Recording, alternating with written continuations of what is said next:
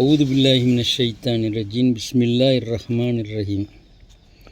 அளவற்ற அருளாளன் நிகரற்ற அன்புடையனுமாகிய எல்லாம் அல்ல அல்லாஹ் சுப்ஹானஹு தஆலா நம் இறை தூதர் அண்ணல் நபி எம்பெருமான ரசூலை கரீம் ஸல்லல்லாஹு அலைஹி வஸல்லம் அவர்கள் மீதும் அவர்களின் குடும்பத்தார் மீதும் அவர்களின் சஹாபாக்கள் மீதும் நம் அனைவர்கள் மீதும் எல்லாம் அல்ல அல்லாஹ் சுப்ஹானஹு தஆலா நல்லருள் மழை பொழிவானாக.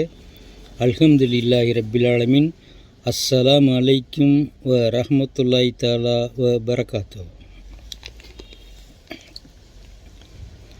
அண்ணல் நபி எம்பெருமான ரசூலை கரீம் ஸல்லல்லாஹு அலைஹி வஸல்லம் அவர்கள் கூறினார்கள், ஒரு மனிதனுக்கு இந்த உலகத்திலே சொந்தமானது இரண்டு. ஒரு மனிதனுக்கு இந்த உலகத்திலே சொந்தமானது இரண்டு. ஒன்று உடுத்தி மகிழ்ந்தது, இரண்டு உண்டு கழித்தது. உண்டு கழித்தது உன்னுடையது, உடுத்தி மகிழ்ந்தது உன்னுடையது. இந்த இரண்டை தவிர மனிதனுக்கு சொந்தமானது இந்த உலகத்தில் எதுவும் இல்லை என்று நம் இறை தூதர் அண்ணல் நபி எம்பெருமான ரசூலை கரீம் ஸல்லல்லாஹு அலைஹி வஸல்லம் அவர்கள் கூறினார்கள். பெண்களே, ஆண்களுக்கு கட்டுப்பட்டு வாழுங்கள். இது எதற்காக சொல்லினேன் என்று சொன்னால், நம் இறை தூதர் ரசூல் ஸல்லல்லாஹு அலைஹி வஸல்லம் அவர்கள் சொன்னார்கள், நான் மிஹ்ராஜ் இரவிலே நான் அல்லாஹ்வுடைய அழைப்பினால் நான் அல்லாஹ்வுடைய கருணை மிஹ்ராஜுக்கு சென்றேன். அப்பொழுது நான் பெண்களை அதிகமாக நான் நரகத்தில் கண்டேன் என்று சொன்னார்கள். பெண்களை நான் அதிகமாக நரகத்தில் கண்டேன் என்று சொன்னார்கள். பெண்களே, கணவனுக்கு கட்டுப்பட்டு நீங்கள் வாழுங்கள். அல்லாஹ் உங்களுக்கு பரக்கத் செய்வானாக.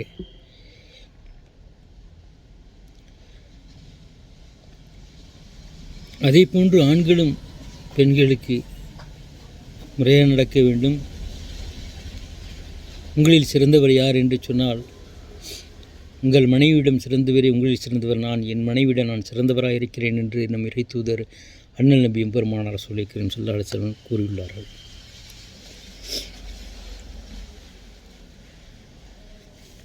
அடுத்த ஹதீஸ் ஒன்று, அப்துர் ரஹ்மான் பின் அவுஃப் ரலியல்லாஹு அன்ஹு அவர்கள் ஒரு நாள் பள்ளியில் தொழுதுவிட்டு வெளியில் வந்தபோது ரசூல் ஸல்லல்லாஹு அலைஹி வஸல்லம் சொன்னார்கள், அப்துர் ரஹ்மானே, நறுமணம் கவல்கின்றீர்களே, என்ன விஷயம் என்று கேட்டார்கள். யார சொல்லார், நேற்று இரவு நான் திருமணம் முடித்து கொண்டேன் யார சொல்லா என்று சொன்னார்கள். திருமணத்துக்கு பெண்ணுக்கு மகர் என்ன கொடுத்தீர்கள் என்று கேட்டார்கள் ரசூல் ஸல்லல்லாஹு அலைஹி வஸல்லம். அப்பொழுது அப்துர் ரஹ்மான் பின் அவுஃப் ரலியல்லாஹு அன்ஹு சொன்னார்கள், யார சொல்லலாம், நான் பேரிச்சம்பளை கொட்ட அளவுக்கு நான் தங்கத்தை பெண்ணுக்கு மகராக கொடுத்து நான் திருமணம் செய்து கொண்டேன் யார சொல்லலாம் என்று சொன்னார்கள். அப்பொழுது அண்ணல் நபி எம்பெருமான ரசூலை கரீம் ஸல்லல்லாஹு அலைஹி வஸல்லம் சொன்னார்கள், ஒரு ஆடு அறுத்து நீங்கள் விருந்து கொடுத்திருக்கலாமே என்று சொன்னார்கள். அல்ஹம்துலில்லாஹ். அடுத்த ஹதீஸ் ஒன்று, வியாபார விஷயமாக அப்துர் ரஹ்மான் பின் அவுஃப் ரலியல்லாஹு அன்ஹு அவர்கள் வெளியூருக்கு சென்றிருந்தார்கள். வெளியூருக்கு சென்றால் ரொம்ப நாள் கழித்து தான் வருவார்கள்.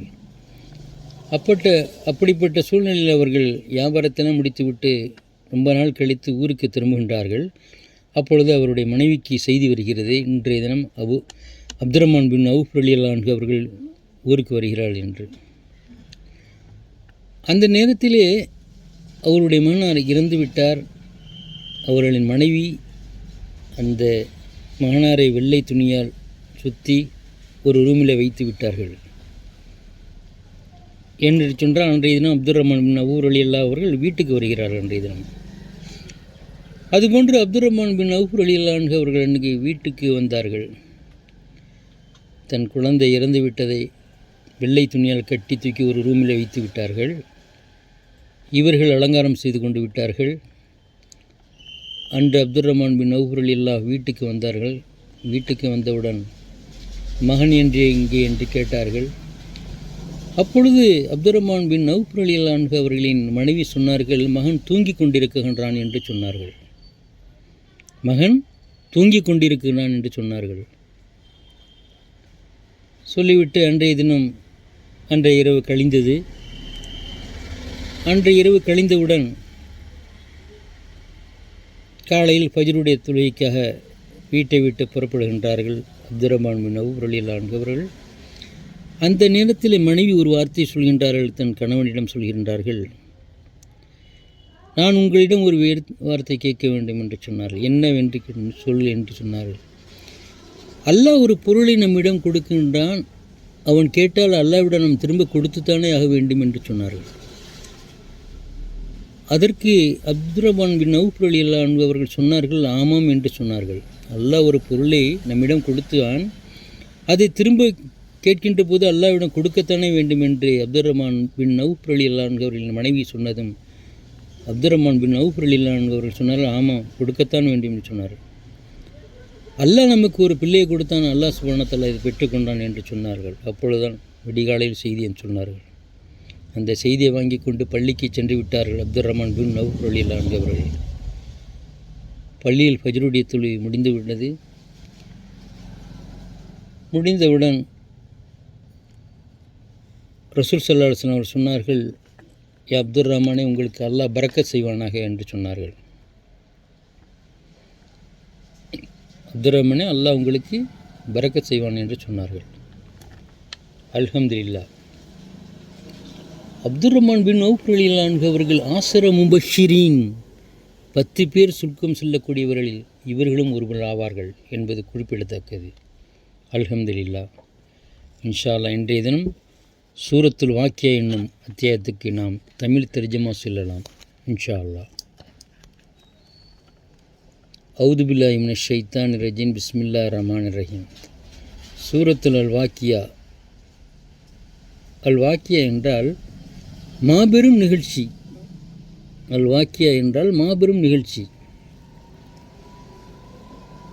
அவுது பில்லாஹி மினஷ் ஷைத்தானிர் ரஜீம். பிஸ்மில்லாஹிர் ரஹ்மானிர் ரஹீம். அல்லாஹ்வின் திருப்பெயரால் ஓதுகின்றேன். யுக முடிவு என்னும் மாபெரும் சம்பவம் நிகழ்ந்தால் அதனை தடை செய்து பொய்யாக்குவதற்கு ஒன்றுமில்லை. அது பலரின் பதவிகளை தாழ்த்திவிடும், பலரின் பதவிகளை உயர்த்திவிடும்.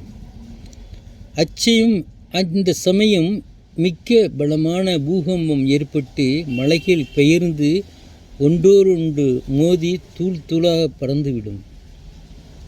அவைகள் ஆகாயத்தில் தூசிகளாய் பறந்துவிடும். அந்த நாளில் நீங்கள் 3 பிரிவுகளாக பிரிந்து விடுவீர்கள். முதலாவது வலப்பக்கத்தில் உள்ள எவர்கள், வலப்பக்கத்தில் உள்ள இவர்கள் யார்? முதலாவது வலப்பக்கத்தில் உள்ளவர்கள். இவர்கள் வலப்பக்கத்தில் உள்ள இவர்கள் யார் என்பதை அறிவீர்களா? அவர்கள் மிக பாக்கியவான்கள். இரண்டாவது பக்கத்தில் உள்ளவர்கள் இடப்பக்கத்தில் உள்ள இவர்கள் யார் என்பதை அறிவீர்களா? இவர்கள் மிக்க துரதிர்ஷ்டவாளிகள். மூன்றாவது முன் சென்று விட்டவர்கள். இவர்கள் நன்மையான காரியங்களில் மற்ற யாவரையும் விட முன் சென்று விட்டவர்கள். இவர்கள் இன்பம் தரும் சுவனப்பதில் இருப்பார்கள். இவர்களுடன் முதலாவது வகுப்பாரில் ஒரு பெருங்கூட்டத்தினரும் பின்னுள்ளோரில் ஒரு சொற்ப தொகையினரும் இருப்பார்கள். பொன் வேலைப்பாடுள்ள உன்னத கட்டில்கள் மீது ஒருவரை ஒருவர் முகம் நோக்கி பஞ்சனையின் மீது சாய்ந்தவர்களாக இருப்பார்கள். என்றென்றும் குழந்தைகளாக இருக்கக்கூடிய சிறுவர்கள் பணி செய்ய எந்த நேரமும் இவர்களை சுற்றி கொண்டே இருப்பார்கள். இன்பமான பானம் நிறைந்த கோளைகளையும் கெண்டிகளையும் கிண்ணங்களையும் தூக்கி கொண்டு அவர்களை சுற்றி கொண்டே இருப்பார்கள்.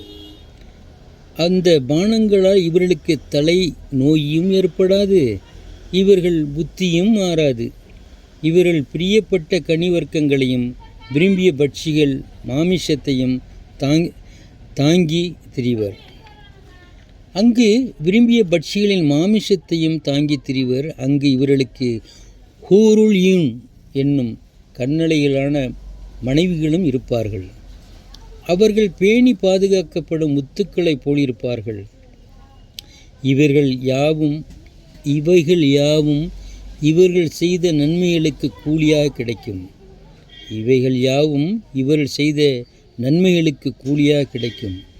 அங்கு இவர்கள் ஒழுங்கினமான வார்த்தைகளையும் வீணான பேச்சுகளையும் செவியுறார்கள். ஆயினும் சலாம் சலாம் சாந்தியும் சமாதானம் என்ற சப்தத்தையே செய்வார்கள். வலப்பக்கத்தில் உள்ளவர்களின் பாக்கியம்தான் என்ன? வலப்பக்கத்தில் இருக்கும் அவர்கள் முள்ளில்லாத இளந்த மரத்தின் கீழும் நுனி முதல் அடிவரையில் குலைகளாக தொங்கும் பூவில்லா வாழை மரத்தின் கீழும் அடிசாயாத நிழலிலும் இருப்பார்கள். அங்கு சதா ஜலத்தை கொண்டிருக்கும் ஊற்றுகளும் ஏராளமான கனி வர்க்கங்களும் உண்டு. அதன் கனிகள் புசிக்க தடுக்கவும் படாது. பறிப்பதால் குறைவு அதன் கனிகள் பசிக்க தடுக்கப்படவும் படாது. பறிப்பதால் குறையும் வராது. ஒன்றை பறித்தால் மற்றொன்று அதே இடத்தில் காணப்படும். உயர்ந்த மேலான விருப்புகளில் அமர்ந்திருப்பார்கள். அவர்களுடன் கண்ணழகிகளாகிய ஹூருல் யூன் என்னும் கன்னியர்களும் இருப்பார்கள். அவர்கள் ஒருவராலும் பெற்றெடுக்கப்பட்டோரல்ல. நிச்சயமாக நாம் அவர்களை சொந்தமாக இவர்களுக்கென்ன புதிதாக படைத்திருக்கின்றோம். எத்தகைய கன்னியர்களாக அவர்களை படைத்திருக்கின்றோம் என்பதை அறிவீர்களா? தன் கணவனையே காதலிக்கும் சமயத்தினுடைய கன்னிகளாவர். முன்னர் வர்ணிக்கப்பட்ட இவைகள் அனைத்தும் பரிசுத்தமுள்ளவர்களுக்கு கிடைக்கும், பரிசுத்தமானவர்களுக்கு கிடைக்கும். இவர்களுடன் முன்னுள்ளோரில் ஒரு கூட்டத்தினரும் பின்னுள்ளோரில் ஒரு கூட்டத்தினரும் இருப்பார்கள். இடப்பக்கத்தில் உள்ளவர்களோ இவர்கள் துர்ப்பாக்கியம்தான் என்ன? அவர்கள் கொடிய விசனத்திலும் முற்றிலும் கொதிக்கும் நீரிலும் அடர்ந்த இருண்ட புகையின் மத்தியிலும் இருப்பார்கள். அங்கு குளிர்ச்சியான பானமும் இருக்காது, சங்கையான எதுவும் இருக்காது. இதற்கு முன்னர் இவர்கள் நிச்சயமாக பெரும் சுகபோகங்களில் இருந்தவர்கள். எனினும் பெரும் பாவங்களை செய்வதில் உறுதியாக இருந்தனர். அன்றி என்ன, நாம் இறந்து உக்கி மண்ணாகவும் எலும்பாகவும் போனதன் பின்னர் மெய்யாகவே நாம் உயிர் கொடுத்து எழுப்பப்படுவோமா? அவ்வாறு முன் சென்று போன நம்முடைய பிதாக்களுமா எழுப்பப்படுவார்கள் என்று பரியாசமாக கூறிக்கொண்டிருந்தனர். நபியே, நீர் கூறும், நிச்சயமாக உங்களில் முன்னுள்ளோரும் சரி பின்னுள்ளோரும் சரி, நீங்கள் யாவரும் குறிப்பிட்ட ஒரு நாளில் தவறாமல் உயிர் கொடுத்து எழுப்பப்பட்டு ஒன்று சேர்க்கப்படுவீர்கள். அதற்கு பின்னர் நீங்கள் இந்நாளை பொய்யாக்கி வழிகட்டவர்களே, நிச்சயமாக நீங்கள் கள்ளி மரத்தையே புசிப்பீர்கள், அதை கொண்டே உங்களுடைய வயிற்றை நிரப்புவீர்கள். அதற்கு பின்னர் மிக அதிகமாக கொதித்து அதற்கு பின்னர் மிக அதிகமாக கொதிக்கும் சுடுநீரை குடிப்பீர்கள். அதுவும் அவசரமாக தாகித்த ஒட்டகம் குடிப்பது போல் நீங்கள் குடிப்பீர்கள்.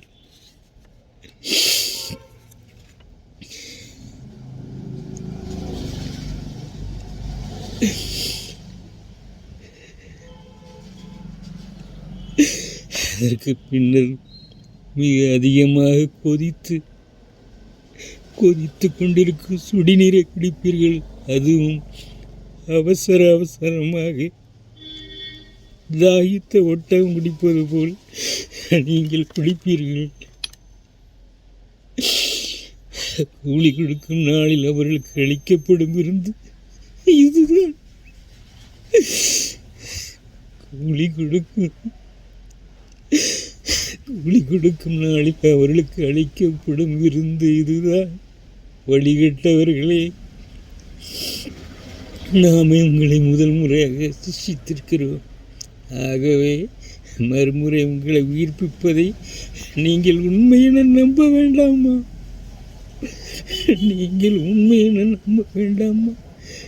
நீங்கள் செலுத்தும் இந்திரியத்தை கவனித்தீர்களா? அதனை சிசுவாக நீங்கள் படைக்கின்றீர்களா அல்லது நாம் படைக்கிறோமா? நாம் தான் உங்களுக்கு மரணத்தை நிர்ணயித்தோம்.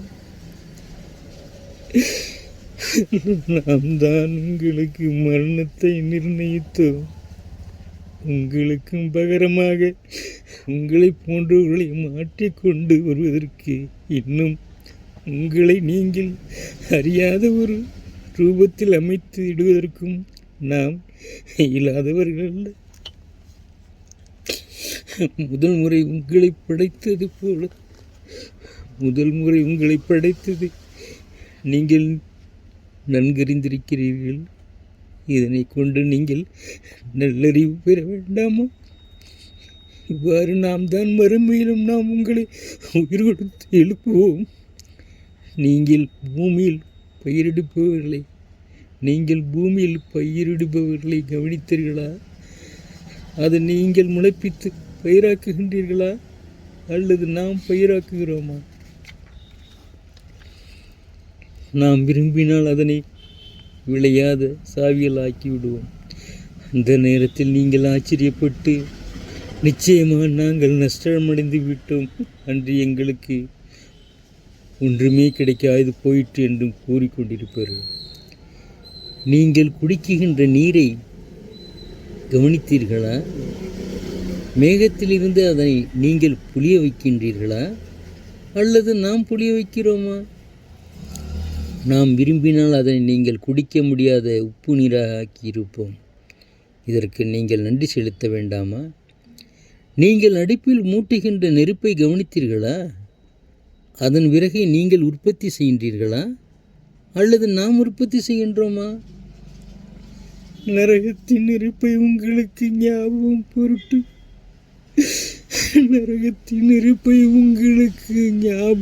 ஊட்டும் பொருட்டும் வழிபோக்கருக்கு பயனளிக்கும் பொருட்டும் அதனை நாம் தான் படைத்திருக்கின்றோம். விறகை நீங்கள் உற்பத்தி செய்கின்றீர்களா அல்லது நாம் உற்பத்தி செய்கின்றோமா? நரகத்தின் நெருப்பை உங்களுக்கு ஞாபகம் ஊட்டும்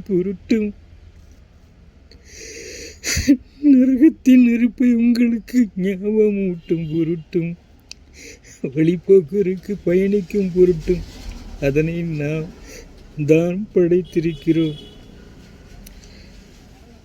ஆகவே நபியே, உமது இறைவனின் திருப்பெயரை நீர் துதி செய்து கொள்வீராக. நட்சத்திரங்கள் மறையும் இடங்களின் மீது நாம் சத்தியம் செய்கின்றோம். சபி பிஸ்மி ரப்பிக்கல் அலீம்.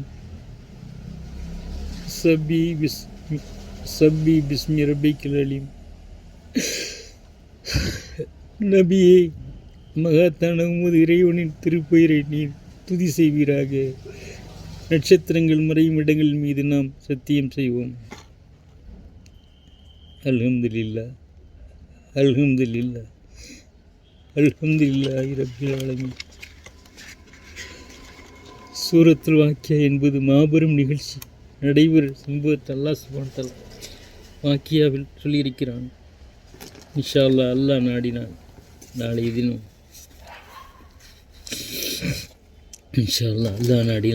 தினம் பனி இஸ்ரேல் அத்தியாயத்தை நாம் பார்க்கலாம். இன்ஷா அல்லாஹ். உங்களிடந்து விடைபெறுவது எம்எஸ்தீன். அஸ்ஸலாமு அலைக்கும் வரஹ்மத்துல்லாஹி தஆலா வ பரகாத்துஹு.